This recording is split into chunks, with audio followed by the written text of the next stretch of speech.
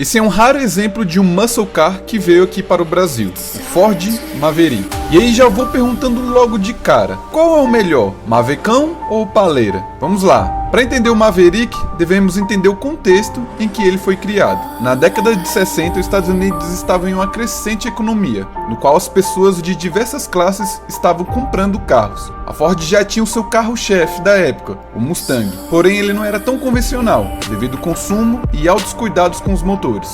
Ford então pensou em um carro mais compacto e econômico, porém ele tinha que ter uma pegada esportiva também. É bom lembrar que seu design foi feito nada mais nada menos que o designer Tom Giarda. Desenhou Ferrari 365 GT California, Corvette Rondaine, Pininfarina e muito mais. No seu primeiro ano de vendas, ele vendeu 500 mil de unidades somente nos Estados Unidos. Posteriormente veio a versão esportiva ou de luxo. O projeto já era um sucesso e estava pronto para embarcar no mundo, onde ele veio para nossas terras. Desde a sua chegada em 1973, veio com os motores 4, 6 e 8 cilindros. Isso mexeu com as estruturas da concorrência e diretamente com a aclamada Chevrolet, com seu Opala, carro nacional. Porém, na época a Ford não tinha uma reputação que a GM tinha dentro do Brasil. Ela tinha um controle acionário da fábrica Willys Overland, no qual fabricava vários carros, e um deles o bem-sucedido Corcel. Uma curiosidade, antes do Maverick ser lançado no Brasil, a Ford fez uma pesquisa de mercado,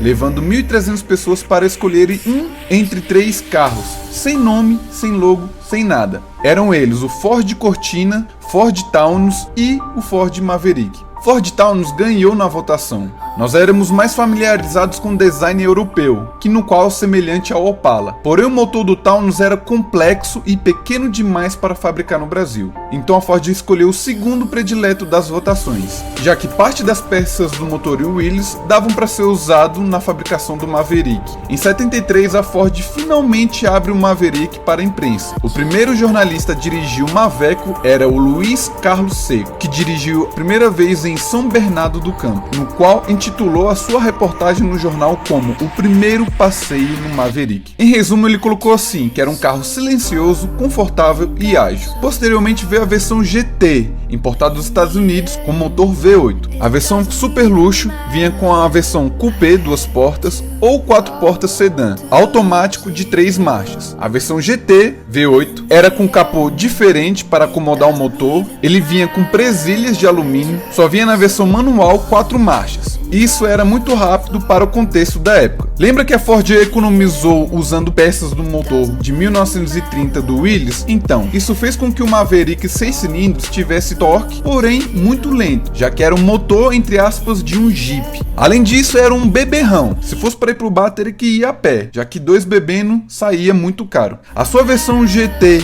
V8 era respeitado. Me lembra muito a situação do Volkswagen Up. Se não tiver uma tampa traseira preta, não tem o meu respeito. Brincadeiras à parte, isso fez com que a Ford elaborasse um motor mais eficiente, mais econômico e pequeno, de 2,3 litros, dando a entrada na segunda fase do Maveco. Porém, já era um pouco tarde. 3 anos de lançamento fez com que a imagem do Maverick fosse ofuscada pela economia da Ford, que saiu caro demais. Sua versão V8 fez sucesso por onde correu. No Campeonato Brasileiro de Turismo, provas de Endurance e a antiga Divisão 3. Em 1979 se encerra sua produção aqui no Brasil. Maverick vendeu um pouco mais de 100 mil unidades. Hoje só temos somente 7 mil em circulação, o tornando automaticamente raro. A versão V8 pode chegar de 150 a 200 mil reais. Você sabia detalhes sobre esse incrível carro? Compartilhe para aquele amigo que ama Maverick ou Opala. Nos sigam, aqui é o Racing 61.